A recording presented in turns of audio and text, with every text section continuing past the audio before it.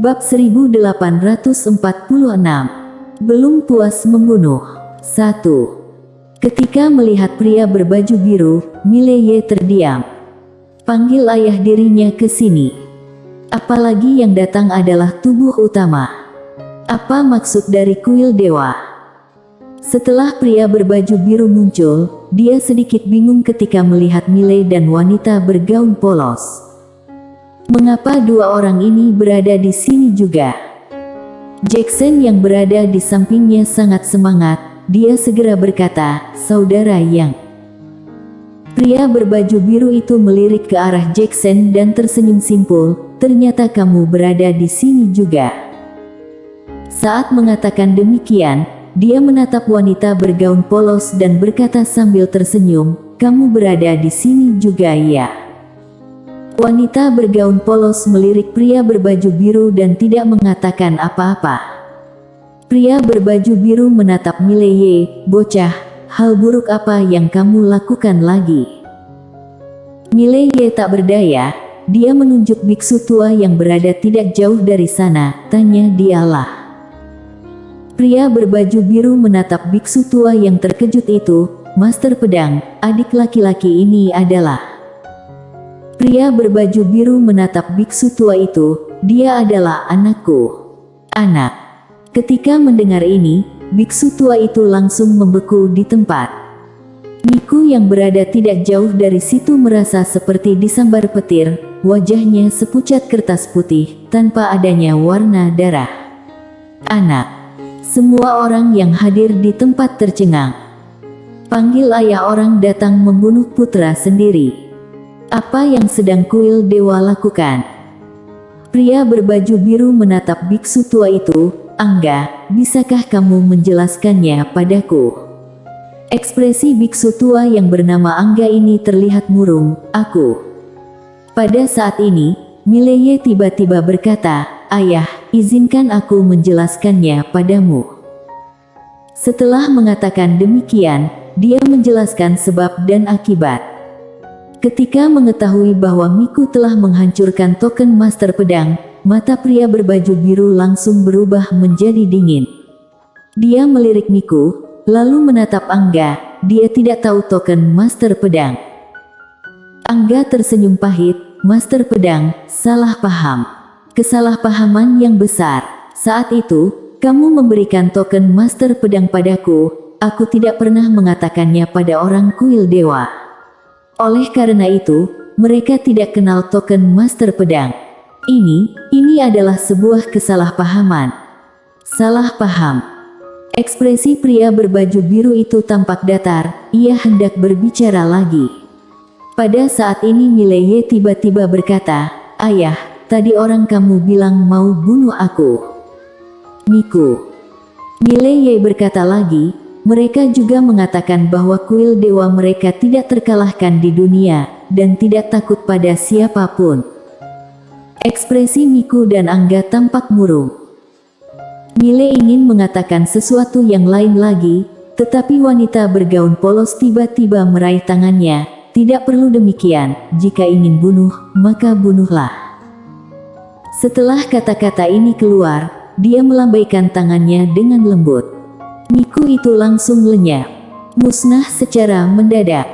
Wanita bergaun polos menatap Jackson, "Kamu tahu di mana posisi kuil dewa itu?" Ketika mendengar perkataan wanita bergaun polos, Anglin yang berada di samping gemetaran sekujur tubuh. Apakah wanita ini ingin menghancurkan kuil dewa dengan satu pedang? Jackson ragu-ragu sejenak, lalu menatap pria berbaju biru. Wanita berbaju polos tiba-tiba berkata, "Tidak perlu lihat dia, aku ingin musnahkan siapa, dia juga tidak bisa menghentikannya." Tidak bisa menghentikannya. Mileye merasakan darah sekujur tubuhnya mendidih. Sialan. Lydia ini bahkan tidak mempertimbangkan wajah ayahnya.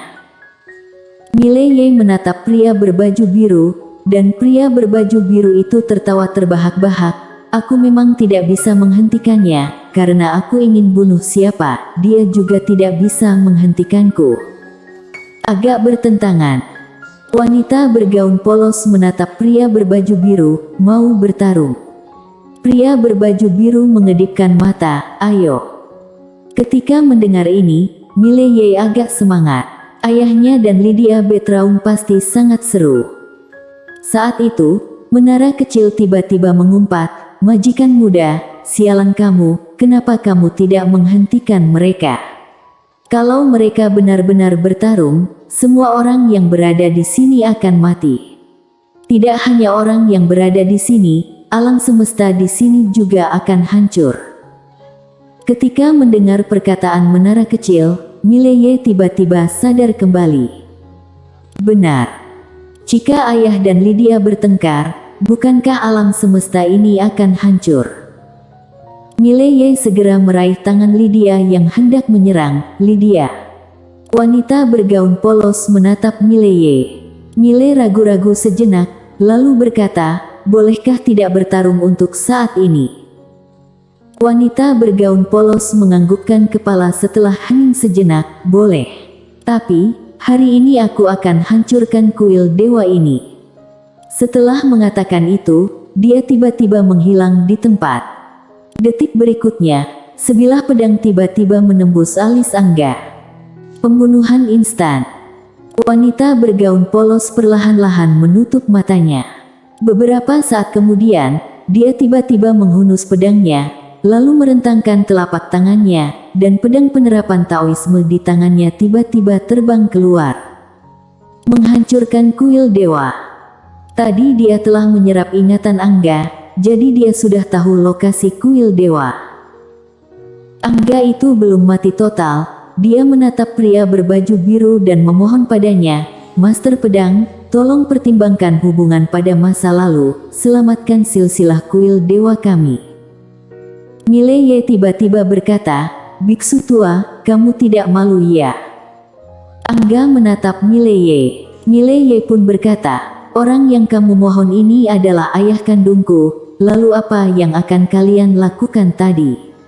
Kalian ingin bunuh aku. Sekarang, kalian justru minta ayahku untuk tolong kalian, tidak tahu malu ya? Angga. Ketika mendengar perkataan Mile, pria berbaju biru itu tiba-tiba menggelengkan kepala dan tersenyum. Angga, segala sesuatu ada sebab akibat, mari berkultivasi lagi di kehidupan selanjutnya. Saat mengatakan demikian, dia menepuk bahu Angga dengan pelan. Bom! Angga langsung hilang. Sebenarnya dia sedang menyelamatkan Angga, karena jika membiarkan wanita bergaun polos yang membunuhnya, wanita bergaun polos pasti langsung melenyapkan Angga. Lalu dia membunuhnya, sebenarnya adalah memberi kesempatan pada Angga untuk bereinkarnasi. Pria berbaju biru melirik ke arah Destiny yang dingin dan berkata sambil tersenyum, kamu masih begitu emosional. Dia sebenarnya ingin bertarung dengan Destiny juga, tapi dia tidak akan melakukannya sekarang. Baik dia maupun wanita bergaun polos, mereka tidak akan bertarung sekarang. Bersambung.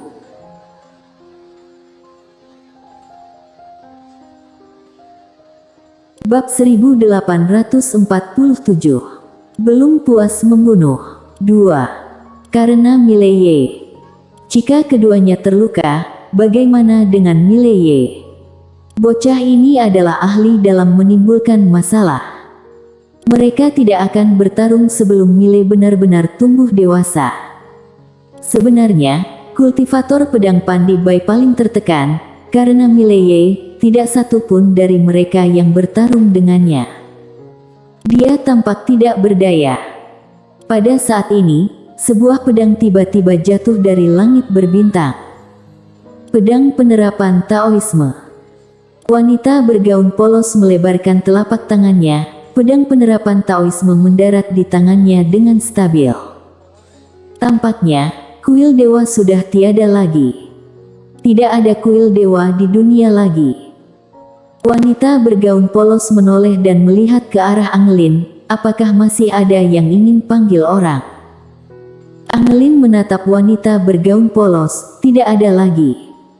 Wanita bergaun polos melambaikan tangannya, dan seberkas cahaya pedang melesat keluar. Pada saat ini, suara amarahan tiba-tiba bergema dari langit yang jauh, "Hentikan!" Suara itu seperti guntur yang mengguncangkan dunia. Sinar cahaya pedang berhenti setengah inci di antara kedua alis Anglin. Wanita bergaun polos melihat ke langit, ruang hampa tiba-tiba terbelah, kemudian seorang tetua berbaju hitam keluar. Tepat ketika tetua itu berjalan keluar, ruang hampa di sekitarnya berguncang keras. Pada saat yang sama, seluruh dunia seketika menjadi ilusi. Dunia ini sama sekali tidak dapat menahan tetua tersebut. Ketika melihat tetua berjubah hitam itu, ekspresi Anglin langsung berubah drastis. "Paman Dodi, cepat pergi." Tetua berjubah hitam itu melirik Anglin, lalu menatap ke arah wanita bergaun polos. "Aku adalah Dodi Lin yang berasal dari kerajaan iblis surgawi. Nona, Anglin adalah putri dari Raja Kerajaan Iblis Surgawi kami. Kumohon Nona bisa melihat wajah Kerajaan Iblis Surgawi." Kerajaan Iblis Surgawi. Wanita bergaun polos sedikit mengernyit, "Apa itu?" Tetua berjubah hitam menatap wanita bergaun polos itu. "Berdasarkan kekuatan Nona, tidak mungkin tidak pernah mendengar tentang Kerajaan Iblis Surgawi." Wanita bergaun polos menatap tetua berjubah hitam itu. "Di mana posisi Kerajaan Iblis Surgawi? Tunjuk arahnya. Tunjuk arahnya." Ketika mendengar perkataan wanita bergaun polos, menara kecil yang berada di dalam tubuh Mileye tiba-tiba berkata, "Meriam peta."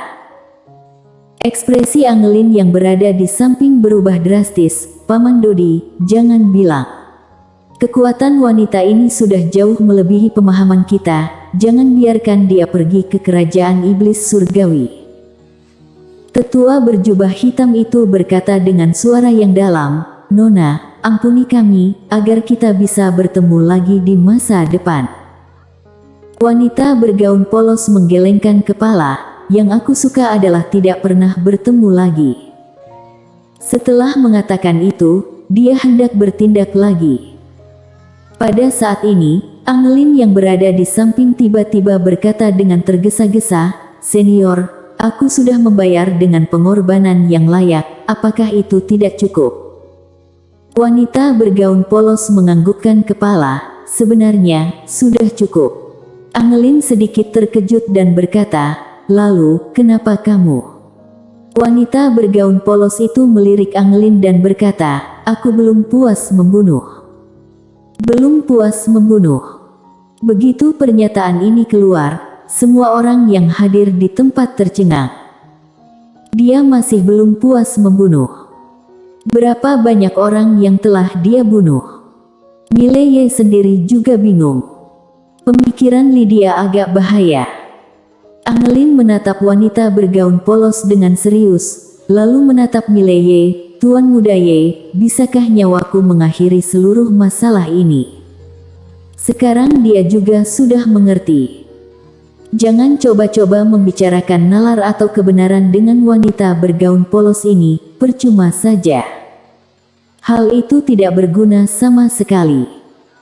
Hanya ada satu orang di lokasi kejadian yang bisa membuat wanita bergaun polos ini berubah pikiran, orang itu adalah Mileye. Ketika mendengar perkataan Anglin, Mileye terdiam. Anglin berkata lagi, "Masalah ini jangan melibatkan anggota keluarga." Mileye tiba-tiba berkata, "Nona Anglin, kamu pergi saja." Ketika mendengar ini, Anglin tercengang. Menyuruh dirinya pergi. Mileye berkata sambil tersenyum, "Apakah kamu tidak ingin hidup lagi?" Anglin menatap Mileye, "Kenapa?" Mileye tersenyum dan berkata, "Nona Anglin, apakah ada perseteruan darah antara kamu dan aku?" Anglin menggelengkan kepala, "Tidak ada. Tapi, apakah kamu tidak takut aku akan membalasmu setelah aku pergi?"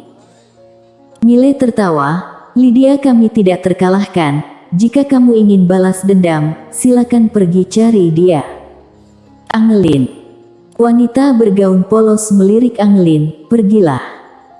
Saat mengatakan demikian, dia merentangkan telapak tangannya, dan cahaya pedang di antara alis Angelin segera terbang kembali ke tangannya.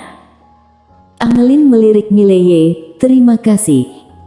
Setelah mengatakan itu, dia berbalik dan pergi. Setelah berjalan beberapa langkah, Angelin tiba-tiba berhenti. Dia berbalik dan menatap Mileye. "Tuan Muda Ye, silakan datang ke kerajaan iblis surgawi jika ada waktu." Mile tersenyum dan berkata, "Oke." Angelin menganggukkan kepala, "Selamat tinggal." Setelah berbicara, dia melirik wanita bergaun polos, lalu berbalik dan menghilang di langit bersama tetua itu. Akhir dari langit berbintang. Angelin menoleh dan meliriknya, matanya lebih serius dari sebelumnya. Dodi yang berada di sampingnya berkata dengan suara yang dalam, "Nona, siapakah wanita itu?" Angelin menggelengkan kepala, "Tidak tahu." Dodi melirik dunia klan Yuan di kejauhan dan berkata dengan lembut, "Kekuatan wanita ini cukup luar biasa, tapi..." Berbicara sampai sini, seringai muncul di sudut mulutnya. Ternyata dia berani meremehkan kerajaan iblis surgawi kami. Sombong sekali. Slap.